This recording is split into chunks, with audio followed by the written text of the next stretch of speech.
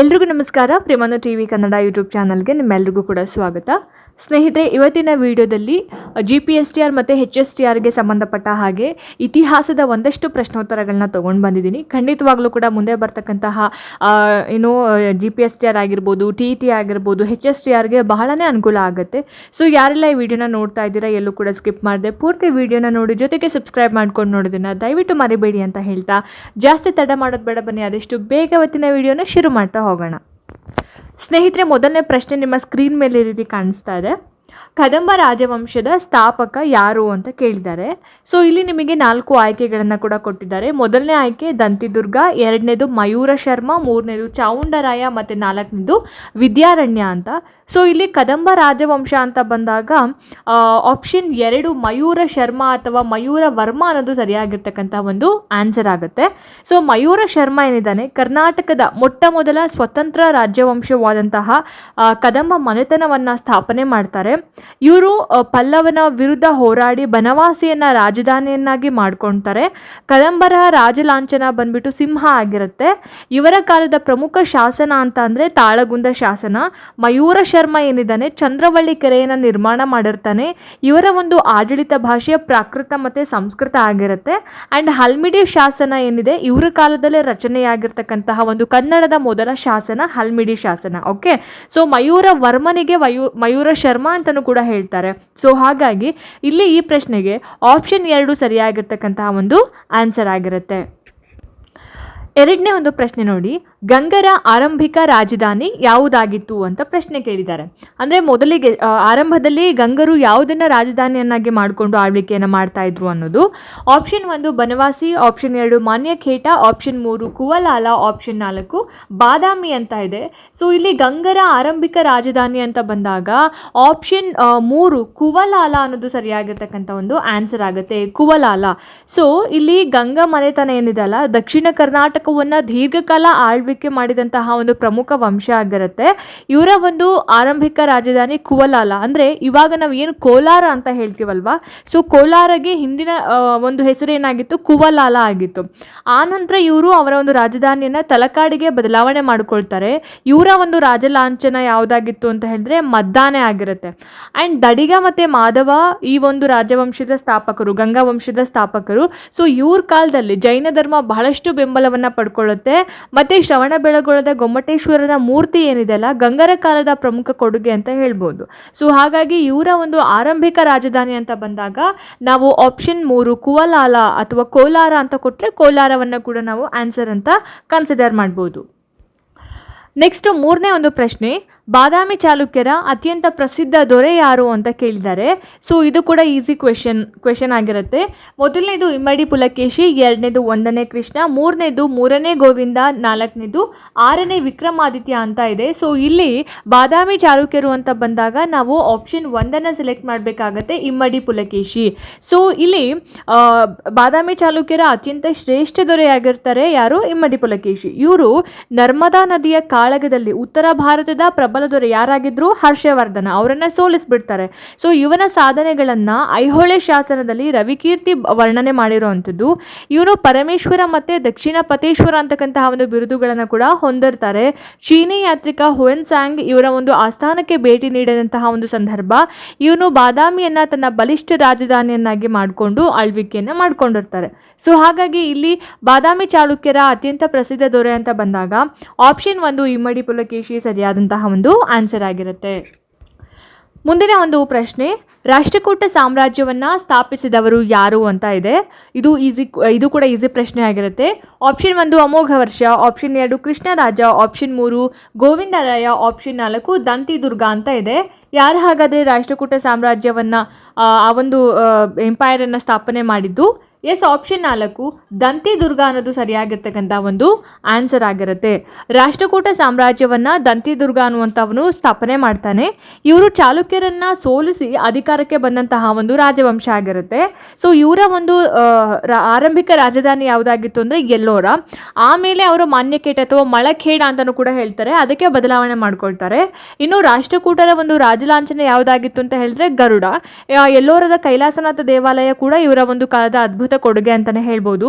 So ಈ ವಂಶದ ಇನ್ನು ಅತ್ಯಂತ ಪ್ರಸಿದ್ಧ ದೊರೆ ಅಂತಂದರೆ ಅಮೋಘ ವರ್ಷ ನೃಪತುಂಗ, ಮತ್ತು ಕವಿರಾಜ ಮಾರ್ಗಕ್ಕೆ ಆಶ್ರಯ ನೀಡಿರ್ತಾನೆ. ಸೊ ಹಾಗಾಗಿ ಆಪ್ಷನ್ 4 ಈ ಪ್ರಶ್ನೆಗೆ ಸರಿಯಾಗಿರ್ತಕ್ಕಂಥ ಒಂದು ಆನ್ಸರ್ ಆಗಿರುತ್ತೆ.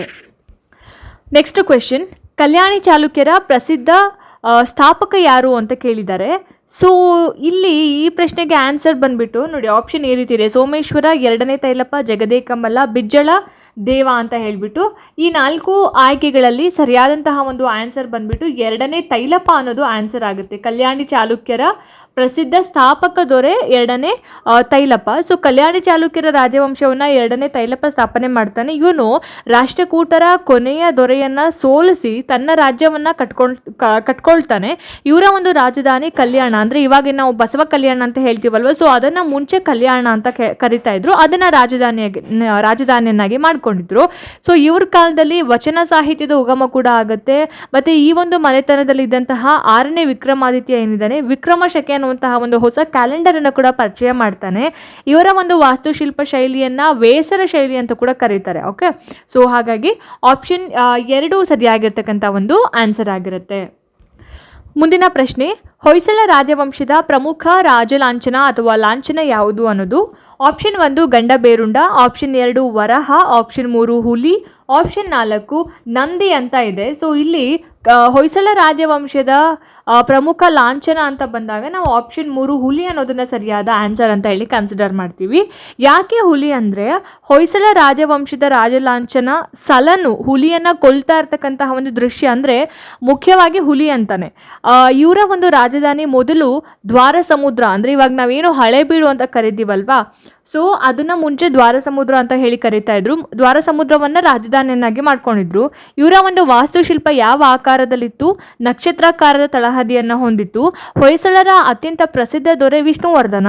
ಬೇಲೂರು, ಹಳೆಬೀಡು ಮತ್ತು ಸೋಮನಾಥಪುರದ ದೇವಾಲಯಗಳೇನಿದ್ದಾವೆ ಇವರ ಒಂದು ಕಲಾ ಪ್ರೇಮಕ್ಕೆ ಸಾಕ್ಷಿ ಅಂತ ಹೇಳ್ಬೋದು. ಮತ್ತು ಇವರು ಕನ್ನಡ ಮತ್ತು ಸಂಸ್ಕೃತ ಸಾಹಿತ್ಯಕ್ಕೆ ಅಪಾರವಾಗಿರ್ತಕ್ಕಂತಹ ಒಂದು ಪ್ರೋತ್ಸಾಹವನ್ನು ಕೂಡ ನೀಡಿದ್ರು. ಹಾಗಾಗಿ ಹೊಯ್ಸಳ ರಾಜವಂಶದ ಪ್ರಮುಖ ರಾಜಲಾಂಛನ ಅಂತ ಬಂದಾಗ ಹುಲಿ ಅನ್ನೋದು ನಾವು ಸರಿಯಾದ ಉತ್ತರ ಅಂತ ಹೇಳಿ ಕನ್ಸಿಡರ್ ಮಾಡ್ತೀವಿ. ನೆಕ್ಸ್ಟ್ ಕ್ವೆಶ್ಚನ್, ವಿಜಯನಗರ ಸಾಮ್ರಾಜ್ಯದ ಸ್ಥಾಪನೆಯಾದ ವರ್ಷ ಯಾವುದು ಅಂತ ಕೇಳಿದ್ದಾರೆ. ಅಂದರೆ ಯಾವ ವರ್ಷದಲ್ಲಿ ವಿಜಯನಗರ ಸಾಮ್ರಾಜ್ಯವನ್ನು ಸ್ಥಾಪನೆ ಮಾಡಿದ್ರು ಅನ್ನೋದು. ಸೊ ಯಾರು ಸ್ಥಾಪನೆ ಮಾಡಿದ್ರು ಅನ್ನೋದನ್ನು ಕೂಡ ಹೇಳ್ತೀನಿ. ಆಪ್ಷನ್ 1 1336, ಆಪ್ಷನ್ 2 1565, ಆಪ್ಷನ್ 3 1485, ಹಾಗೆಯೇ 4ನೇ ಒಂದು ಆಯ್ಕೆ 1347. ಸೊ ವಿಜಯನಗರ ಸಾಮ್ರಾಜ್ಯದ ಸ್ಥಾಪನೆ ಅಂತ ಬಂದಾಗ ನಾವು ಆಯ್ಕೆ 1 ಸೆಲೆಕ್ಟ್ ಮಾಡ್ಕೋಬೇಕಾಗತ್ತೆ 1336ರಲ್ಲಿ. ಸೊ ವಿಜಯನಗರ ಸಾಮ್ರಾಜ್ಯ ಏನಿದೆ ಅಲ್ಲ, ತುಂಗಭದ್ರಾ ನದಿಯ ದಕ್ಷಿಣ ದಡದಲ್ಲಿ ಸ್ಥಾಪನೆ ಆಗುತ್ತೆ. ಇದನ್ನ ಯಾರು ಸ್ಥಾಪನೆ ಮಾಡ್ತಾರೆ? ಹರಿಹರ ಮತ್ತೆ ಬುಕ್ಕ ಅನ್ನುವಂತಹ ಸಹೋದರರು ಸ್ಥಾಪನೆ ಮಾಡ್ತಾರೆ. ಇವರಿಗೆ ವಿದ್ಯಾರಣ್ಯರು ಮಾರ್ಗದರ್ಶನವನ್ನ ನೀಡಿರ್ತಾರೆ. ಅವರ ಮಾರ್ಗದರ್ಶನದ ಮೇಲೆ ಒಂದು ಸಾಮ್ರಾಜ್ಯವನ್ನ ಸ್ಥಾಪನೆ ಮಾಡಿರುವಂಥದ್ದು.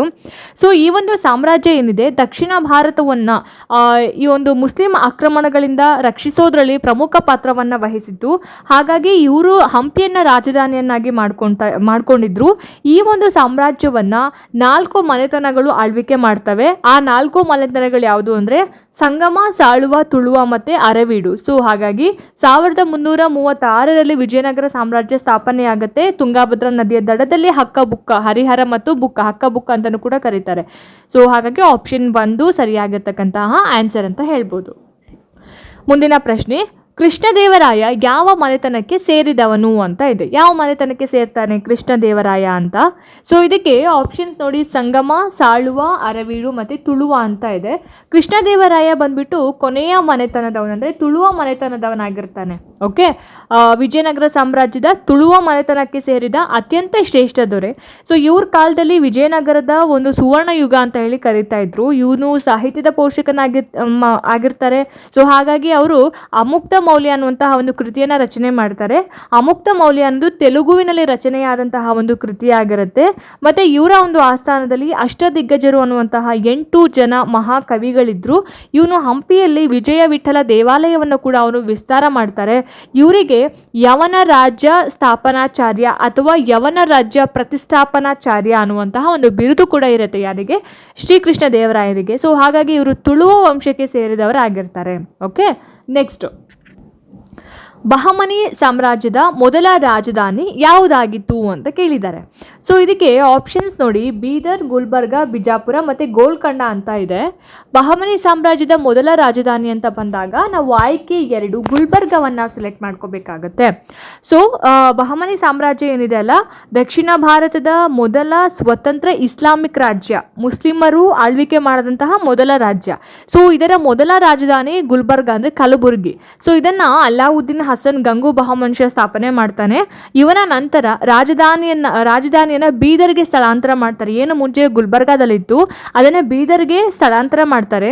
ಇವ್ರ ಕಾಲದಲ್ಲಿ ಇಂಡೋ ಇಸ್ಲಾಮಿಕ್ ವಾಸ್ತುಶಿಲ್ಪ ಅಭಿವೃದ್ಧಿ ಆಗತ್ತೆ. ಆಮೇಲೆ ಗುಲ್ಬರ್ಗಾದ ಜಾಮಿಯಾ ಮಸೀದಿ ಕೂಡ ಇವರ ಒಂದು ಪ್ರಮುಖ ನಿರ್ಮಾಣಕ್ಕೆ ಎಕ್ಸಾಂಪಲ್ ಆಗಿರುತ್ತೆ, ಉದಾಹರಣೆ ಕೊಡ್ಬೋದು ನಾವು. ಆಮೇಲೆ ಈ ಒಂದು ಸಾಮ್ರಾಜ್ಯ ನಂತರ 5 ಶಾಹಿ ಮನೆತನಗಳಾಗಿ ವಿಭಜನೆ ಕೂಡ ಆಗುತ್ತೆ. ಸೊ ಹಾಗಾಗಿ ಇಲ್ಲಿ ಆಪ್ಷನ್ 2 ಗುಲ್ಬರ್ಗ ಅನ್ನೋದು ಸರಿಯಾಗಿರ್ತಕ್ಕಂಥ ಒಂದು ಆನ್ಸರ್ ಆಗಿರುತ್ತೆ. ಮುಂದಿನ ಪ್ರಶ್ನೆ, 10ನೇ ಪ್ರಶ್ನೆ, ಮೊಹಮ್ಮದ್ ಗವಾನ್ ಮದರಸಾವನ್ನ ಎಲ್ಲಿ ನಿರ್ಮಿಸಿದ್ರು ಅಂತ ಕೇಳಿದ್ದಾರೆ. Option 1 Bijapur, option 2 Golconda, option 3 Bidar and option 4 Gulbarga ಅಂತ ಇದೆ. ಸೊ ಇದಕ್ಕೆ ಸರಿಯಾಗಿರ್ತಕ್ಕಂಥ ಒಂದು ಆನ್ಸರ್ ಬಂದ್ಬಿಟ್ಟು ಆಪ್ಷನ್ 3 ಬೀದರ್ ಅನ್ನೋದು ಆನ್ಸರ್ ಆಗುತ್ತೆ. ಮೊಹಮ್ಮದ್ ಗವಾನ್ ಬಹಮನಿ ಸಾಮ್ರಾಜ್ಯದ ಪ್ರಧಾನಮಂತ್ರಿ ಆಗಿರ್ತಾರೆ. ಈತ ಬೀದರ್ನಲ್ಲಿ ಮದರಸಾವನ್ನು ನಿರ್ಮಾಣ ಮಾಡಿದ್ರು. ಆವತ್ತಿನ ಒಂದು ಕಾಲದ ಅತಿ ದೊಡ್ಡ ಇಸ್ಲಾಮಿಕ್ ವಿಶ್ವವಿದ್ಯಾಲಯ ಆಗಿತ್ತು ಈ ಒಂದು ಮದರಸ. ಮತ್ತೆ ಗವಾನ್ ಉತ್ತಮ ಅಡ್ಮಿನಿಸ್ಟ್ರೇಟರ್, ಆಡಳಿತಗಾರನಾಗಿದ್ದ ಮತ್ತೆ ಒಬ್ಬ ವಿದ್ವಾಂಸ ಕೂಡ ಆಗಿರ್ತಾನೆ. ಅವರು ರಾಜ್ಯವನ್ನ 8 ಪ್ರಾಂತ್ಯಗಳಾಗಿ ಡಿವೈಡ್ ಮಾಡಿ ಆಡಳಿತವನ್ನ ಸುಧಾರಣೆ ಮಾಡ್ತಾನೆ. ಸೊ ಈ ಒಂದು ಮದರಸ ಏನಿದೆ ಪರ್ಷಿಯನ್ ಶೈಲಿಯ ವಾಸ್ತುಶಿಲ್ಪವನ್ನ ಹೊಂದಿರೋದ್ರಿಂದ ಅವನಿಗೆ ಖ್ವಾಜಾ ಇ ಜಹಾನ್ ಅನ್ನುವಂತಹ ಒಂದು ಬಿರುದನ್ನು ಕೂಡ ಕೊಟ್ಟಿರ್ತಾರೆ. ಹಾಗಾಗಿ ಆಪ್ಷನ್ 3 ಬೀದರ್ ಅನ್ನೋದು ಸರಿಯಾದಂತಹ ಒಂದು ಆನ್ಸರ್ ಆಗಿರುತ್ತೆ. ಮುಂದಿನ ಪ್ರಶ್ನೆ, ಮೈಸೂರು ಒಡೆಯರ್ ವಂಶದ ಮೊದಲ ದೊರೆ ಯಾರು ಅಂತ ಕೇಳಿದ್ದಾರೆ.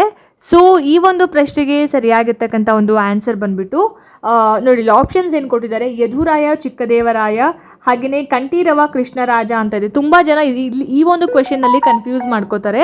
ಸೊ ಇನ್ನು ಮೈಸೂರು ಒಡೆಯರ್ ಅಂತ ಬಂದಾಗ ಮೊದಲ ದೊರೆ ಅಂತ ಬರೋದು ಯದುರಾಯ. ಮೊದಲನೇ ಒಂದು ಆಪ್ಷನ್ ಏನಿದೆ ಅಲ್ಲಿ ಯದುರಾಯ. ಸೊ ಹೇಗೆ ಯದುರಾಯ ಅಂತ ಅಂದರೆ, ಮೈಸೂರು ಒಡೆಯರ್ ರಾಜವಂಶವನ್ನು ಯದುರಾಯ ಮತ್ತು ಕೃಷ್ಣರಾಯ ಎಂಬ ಸಹೋದರರು ಸ್ಥಾಪನೆ ಮಾಡ್ತಾರೆ. ಅದರಲ್ಲಿ ಯದುರಾಯರು ಮೊದಲ ದೊರೆಯಾಗಿರ್ತಾನೆ. ಇವರು ವಿಜಯನಗರ ಸಾಮ್ರಾಜ್ಯದ ಸಾಮಂತರಾಗಿ ಆಡಳಿತವನ್ನು ಪ್ರಾರಂಭ ಮಾಡಿರ್ತಾರೆ. ರಾಜಧಾನಿ ಮೊದಲು ಮೈಸೂರಾಗಿದ್ದು ಇವರ ಒಂದು ಕುಲದೇವತೆ ಯಾವುದು, ಚಾಮುಂಡೇಶ್ವರಿ. 1610ರಲ್ಲಿ ರಾಜ ಒಡೆಯರವರು ಶ್ರೀರಂಗಪಟ್ಟಣವನ್ನು ವಶಪಡಿಸಿಕೊಂಡು ದಸರಾ ಹಬ್ಬವನ್ನು ಬಹಳ ವಿಜೃಂಭಣೆಯಿಂದ ಆಚರಿಸೋದಕ್ಕೆ ಪ್ರಾರಂಭ ಮಾಡ್ತಾರೆ. ಸೊ ಈ ಒಂದು ವಂಶ ಕರ್ನಾಟಕದ ಕಲೆ ಮತ್ತು ಸಂಸ್ಕೃತಿಗೆ ಬಹಳಷ್ಟು ಕೊಡುಗೆಯನ್ನು ನೀಡಿರೋದ್ರಿಂದ ಮೈಸೂರು ಒಡೆಯರ್ ಅಥವಾ ಮೈಸೂರು ವಂಶ ಅಂತ ಬಂದಾಗ ಯದುರಾಯರು ಈ ಒಂದು ವಂಶವನ್ನು ಸ್ಥಾಪನೆ ಮಾಡಿರುವಂಥದ್ದು. ಸೊ ಆಪ್ಷನ್ 1 ಸರಿಯಾದ ಉತ್ತರ ಆಗಿರುತ್ತೆ. ಮುಂದಿನ ಪ್ರಶ್ನೆ, ಟಿಪ್ಪು ಸುಲ್ತಾನ್ ಮರಣ ಹೊಂದಿದ ವರ್ಷ ಯಾವುದು? ಯಾವಾಗ ಟಿಪ್ಪು ಸುಲ್ತಾನ್ ಮರಣವನ್ನು ಹೊಂದುತ್ತಾನೆ ಅನ್ನೋದು. ಆಪ್ಷನ್ 1 1782, ಆಪ್ಷನ್ 2 1792, ಆಪ್ಷನ್ 3 1784, ಆಪ್ಷನ್ 4 1799 ಅಂತ. ಸೊ ಸರಿಯಾಗಿರ್ತಕ್ಕಂತಹ ಉತ್ತರ ಯಾವುದು ಹಾಗಾದರೆ? ಎಸ್, ಆಪ್ಷನ್ 4 1799ರಲ್ಲಿ ಟಿಪ್ಪು ಸುಲ್ತಾನ್ ಮರಣ ಹೊಂದೋದು. ಯಾವ ಸಂದರ್ಭ ಅಂತ ಹೇಳಿದರೆ ಅದು 4ನೇ ಆಂಗ್ಲೋ ಮೈಸೂರು ಯುದ್ಧ ನಡೀತಕ್ಕಂತಹ ಒಂದು ಸಂದರ್ಭ. ಹೌದಾ, ಮೈಸೂರಿನ ಹುಲಿ ಅಂತ ಹೇಳಿನೇ ಪ್ರಖ್ಯಾತಿಯನ್ನು ಪಡ್ಕೊಂಡಿರ್ತಾರೆ ಟಿಪ್ಪು ಸುಲ್ತಾನ್. ಏನು 4ನೇ ಆಂಗ್ಲೋ ಮೈಸೂರು ಯುದ್ಧ ನಡೀತಾ ಇರುತ್ತೆ 1799ರಲ್ಲಿ ಅವನು ಮರಣವನ್ನು ಹೊಂದುವಂಥದ್ದು. ಸೊ ಅವನು ಬ್ರಿಟಿಷರ ವಿರುದ್ಧ ವೀರಾವೇಶದಿಂದ ಹೋರಾಟ ಮಾಡ್ತಾನೆ. ಟಿಪ್ಪು ಫ್ರೆಂಚ್ ಕ್ರಾಂತಿಯಿಂದ ಪ್ರಭಾವಿತನಾಗಿ ಶ್ರೀರಂಗಪಟ್ಟಣದಲ್ಲಿ ಜಾಕೋಬಿನ್ ಕ್ಲಬ್ಬನ್ನು ಕೂಡ ಸ್ಥಾಪನೆ ಮಾಡ್ತಾನೆ. ಆಮೇಲೆ ರಾಕೆಟ್ ತಂತ್ರಜ್ಞಾನವನ್ನು ಯುದ್ಧದಲ್ಲಿ ಬಹಳ ಎಫೆಕ್ಟಿವ್ ಆಗಿ ಬಳಸ್ಕೋತಾನೆ. ಇವನು ತೀರ್ಕೊಂಡ ಮೇಲೆ ಮೈಸೂರು ರಾಜ್ಯವನ್ನು ಬ್ರಿಟಿಷರು ಪುನಃ ಯಾರಿಗೆ ಕೊಡ್ತಾರೆ? ಒಡೆಯರ್ ವಂಶಕ್ಕೆ ಹಸ್ತಾಂತರ ಮಾಡ್ತಾರೆ. ಹೌದಾ, ಸೊ ಇವಾಗ ಶ್ರೀರಂಗಪಟ್ಟಣದ ಗುಂಬಜ್ನಲ್ಲಿ ಇವರ ಒಂದು ಸಮಾಧಿ ಇರುವಂಥದ್ದು. ಸೊ 1799ರಲ್ಲಿ 4ನೇ ಆಂಗ್ಲೋ ಮೈಸೂರು ಯುದ್ಧದ ಸಂದರ್ಭದಲ್ಲಿ ಟಿಪ್ಪುವಿನ ಮರಣ ಸಂಭವಿಸುವಂಥದ್ದು. ಓಕೆ, ಮುಂದಿನ ಪ್ರಶ್ನೆ, ಹಲ್ಮಿಡಿ ಶಾಸನ ಯಾವ ಶತಮಾನಕ್ಕೆ ಸೇರಿದೆ ಅಂತ ಪ್ರಶ್ನೆ ಕೇಳಿದ್ದಾರೆ.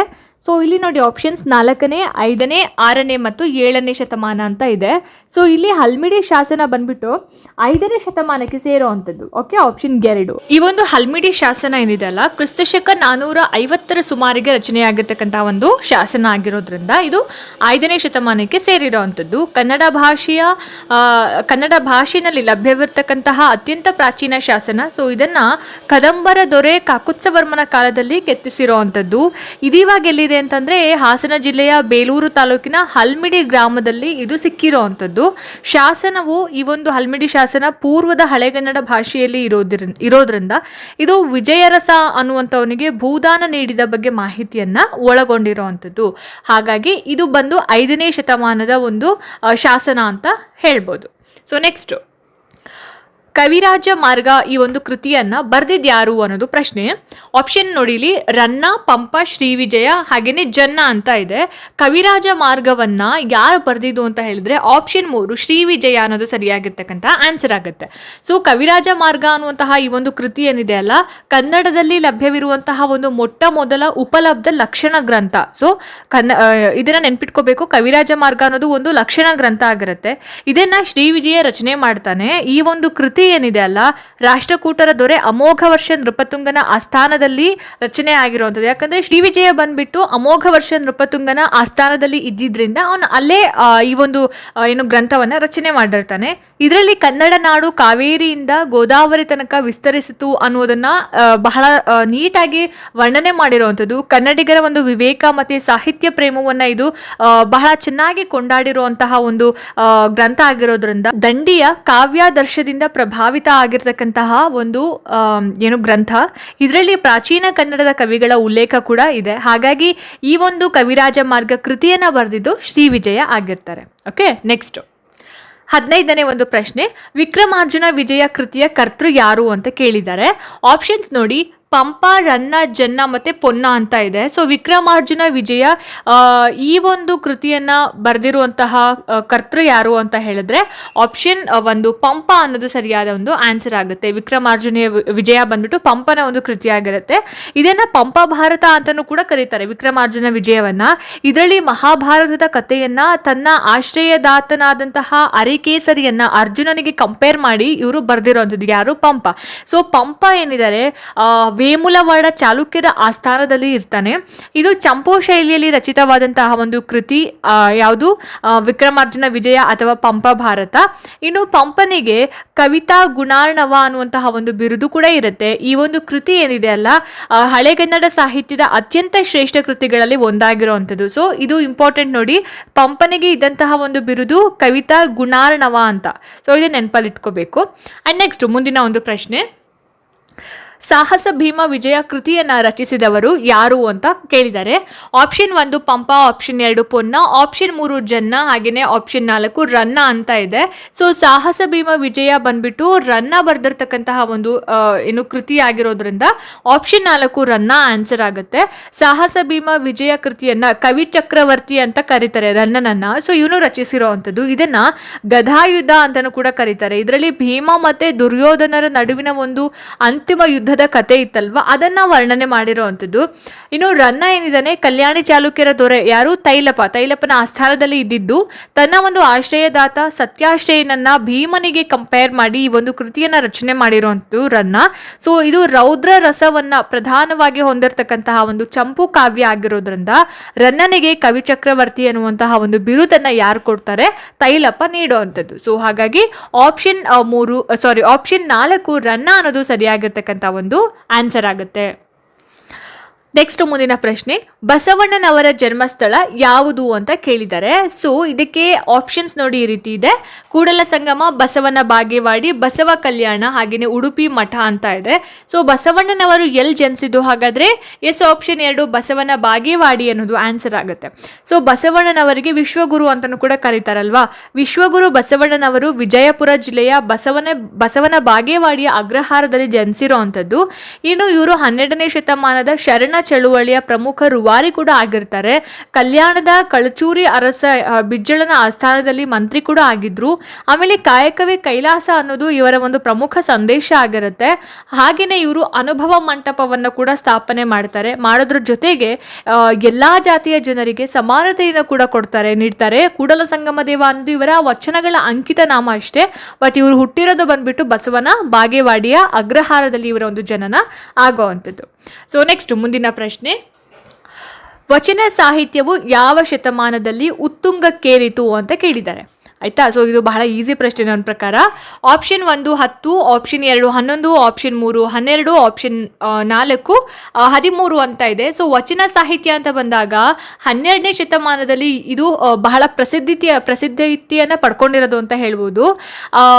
ಏನು ಕಲ್ಯಾಣದಲ್ಲಿ ನಡೆದಂತಹ ಒಂದು ಸಾಮಾಜಿಕ ಮತ್ತು ಧಾರ್ಮಿಕ ಕ್ರಾಂತಿಯ ಫಲ ಈ ಒಂದು ವಚನ ಸಾಹಿತ್ಯ. ಬಸವಣ್ಣ ಆಗಿರ್ಬೋದು, ಅಲ್ಲಮಪ್ರಭು ಆಗಿರ್ಬೋದು, ಅಕ್ಕ ಮಹಾದೇವಿ, ಈ ಥರ ಬಹಳಷ್ಟು ಶರಣರು ವಚನಗಳನ್ನು ರಚನೆ ಮಾಡ್ತಾರೆ. ವಚನಗಳು ಏನಿದಾವೆ ಜನಸಾಮಾನ್ಯರ ಆಡು ಭಾಷೆಯಲ್ಲಿ ರಚಿತವಾಗಿರ್ತಕ್ಕಂತಹ ಒಂದು ಸರಳ ಸಾಹಿತ್ಯ. ಸೊ ಇದು ಜಾತಿ ಪದ್ಧತಿ ಆಗಿರ್ಬೋದು ಮತ್ತು ಕೆಲವೊಂದು ಮೂಢನಂಬಿಕೆಗಳನ್ನು ಬಹಳ ತೀವ್ರವಾಗಿ ವಿರೋಧ ಮಾಡ್ತಾ ಇತ್ತು. ಮತ್ತು ಕನ್ನಡ ಸಾಹಿತ್ಯಕ್ಕೆ ಶರಣರು ನೀಡಿದಂತಹ ಒಂದು ವಿಶಿಷ್ಟ ಸ್ವತಂತ್ರ ಕೊಡುಗೆ ಅಂತ ಹೇಳ್ಬೋದು. ಹಾಗಾಗಿ ಇಲ್ಲಿ ವಚನ ಸಾಹಿತ್ಯ 12ನೇ ಶತಮಾನದಲ್ಲಿ ಕರ್ನಾಟಕದಲ್ಲಿ ಉತ್ತುಂಗಕ್ಕೆ ಏರಿತು ಅಂತ ಹೇಳ್ಬೋದು. ಸೊ ಆಪ್ಷನ್ 3 ಸರಿಯಾಗಿರ್ತಕ್ಕಂಥ ಒಂದು ಆನ್ಸರ್ ಆಗಿರುತ್ತೆ. ಮುಂದಿನ ಪ್ರಶ್ನೆ 19ನೇ ಪ್ರಶ್ನೆ.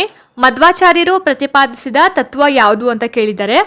ಆಪ್ಷನ್ 1 ದ್ವೈತ, ಆಪ್ಷನ್ 2 ಅದ್ವೈತ, ಆಪ್ಷನ್ 3 ವಿಶಿಷ್ಟ ಅದ್ವೈತ, ಆಪ್ಷನ್ 4 ಶಕ್ತಿ ವಿಶಿಷ್ಟ ಅದ್ವೈತ ಅಂತ ಇದೆ. ಸೊ ಇಲ್ಲಿ ಮಧ್ವಾಚಾರ್ಯರು ಪ್ರತಿಪಾದಿಸಿದಂತಹ ಒಂದು ತತ್ವ ಅಂತ ಬಂದಾಗ ನಾವು ಆಪ್ಷನ್ 1 ದ್ವೈತ ಅನ್ನೋದನ್ನ ಆನ್ಸರ್ ಅಂತ ಕನ್ಸಿಡರ್ ಮಾಡ್ತೀವಿ.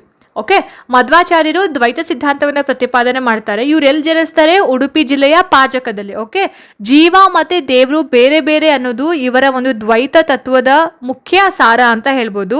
ಇವರು ಉಡುಪಿಯಲ್ಲಿ ಶ್ರೀಕೃಷ್ಣನ ವಿಗ್ರಹವನ್ನ ಪ್ರತಿಷ್ಠಾಪನೆ ಮಾಡಿ ಅಷ್ಟಮಠಗಳನ್ನ ಅಂದ್ರೆ ಎಷ್ಟು 8 ಮಠಗಳನ್ನ ಸ್ಥಾಪನೆ ಮಾಡ್ತಾರೆ. ಇವರ ಒಂದು ತತ್ವ ಏನಿದೆ ಅಲ್ಲ, ಭಕ್ತಿ ಮಾರ್ಗಕ್ಕೆ ಹೆಚ್ಚಿನ ಇಂಪಾರ್ಟೆನ್ಸ್ ಅನ್ನ ಕೊಡ್ತಾ ಹೋಗುತ್ತೆ. ಇವರನ್ನ ಆನಂದ ತೀರ್ಥ ಮತ್ತು ಪೂರ್ಣ ಪ್ರಜ್ಞಾ ಅಂತಲೂ ಕೂಡ ಕರೀತಾರೆ.